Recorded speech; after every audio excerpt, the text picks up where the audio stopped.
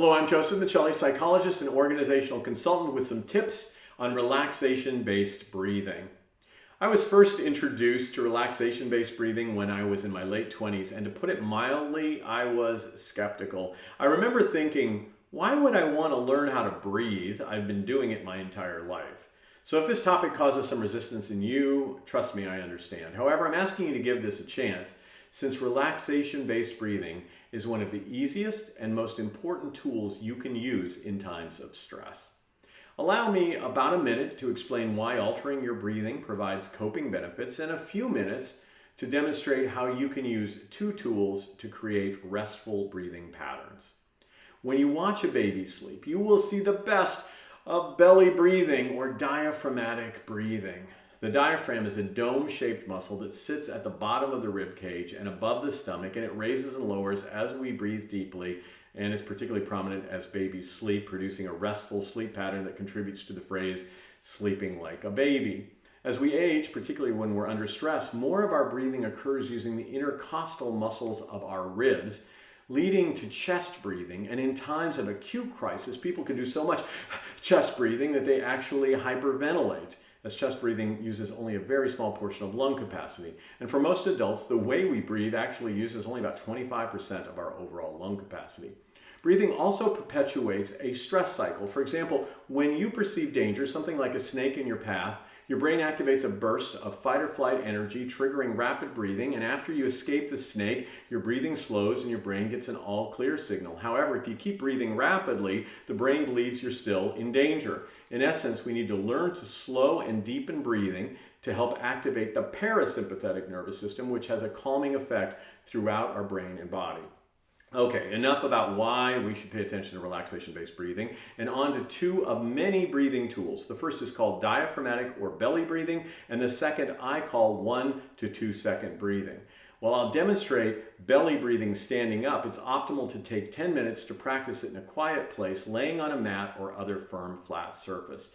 And the way we start with this is first put one hand on your diaphragm, which is located below your belly button, and the other on your upper chest. Next, close your eyes and breathe through your nose, and at first notice the degree to which each hand is rising as you breathe. And then focus on taking that air in through your nostrils and actually filling up the lower lobe of your lungs, so you're pushing out the lower hand. Just do that for a while. Just take air in, fill in the lower lobe, and let it exhale out back through your nose. After you've done that for a while, just practicing deepening the breath into the diaphragm, you can actually do something called a combination breath. You'll do the same thing at the very beginning. You'll take that breath in and you'll fill up that lower lobe. And before you exhale, though, you'll take a real short little breath and fill in the upper lobe as well. This combination breath is a filling up of the lower lobe and then a filling up of the upper lobe, and then allowing the exhalation to happen out through your nostrils. The second technique we're going to talk about is 1 to 2 breathing. Now, we're first going to do this as a 1 to 1 breathing, and essentially we're going to take the time it takes to bring air in and keep it even with the time it takes to exhale. So to practice this, you would actually just do 2 counts as you breathe in through your nostril and fill out your diaphragm. You need to continue drawing in air for those 2 seconds. And then once you've filled your diaphragm, you're going to release the air back through your nostrils for 2 seconds. As you develop more capacity for this, you're going to start slowing the exhalation. You're going to go 2 seconds in, and then slowing the exhalation for 4 seconds, and then building capacity, 3 seconds of full draw of air into the diaphragm, followed by 6 seconds of air being exhaled out through the nostrils. And this can continue for 4 seconds of inhalation to 8 seconds of exhalation, and 5 seconds of inhalation to 10 seconds of exhalations. Practice this 10 minutes per day along with diaphragmatic breathing and combination breaths.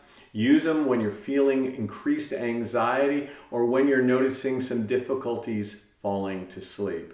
The interesting thing about this is not only will it help you go to sleep, but it's fully in keeping with the old adage of counting sheep, except instead of counting sheep, you're actually going to be counting your breaths, and sleep will find you. Thanks so much for your attention. Be strong, be safe, and breathe.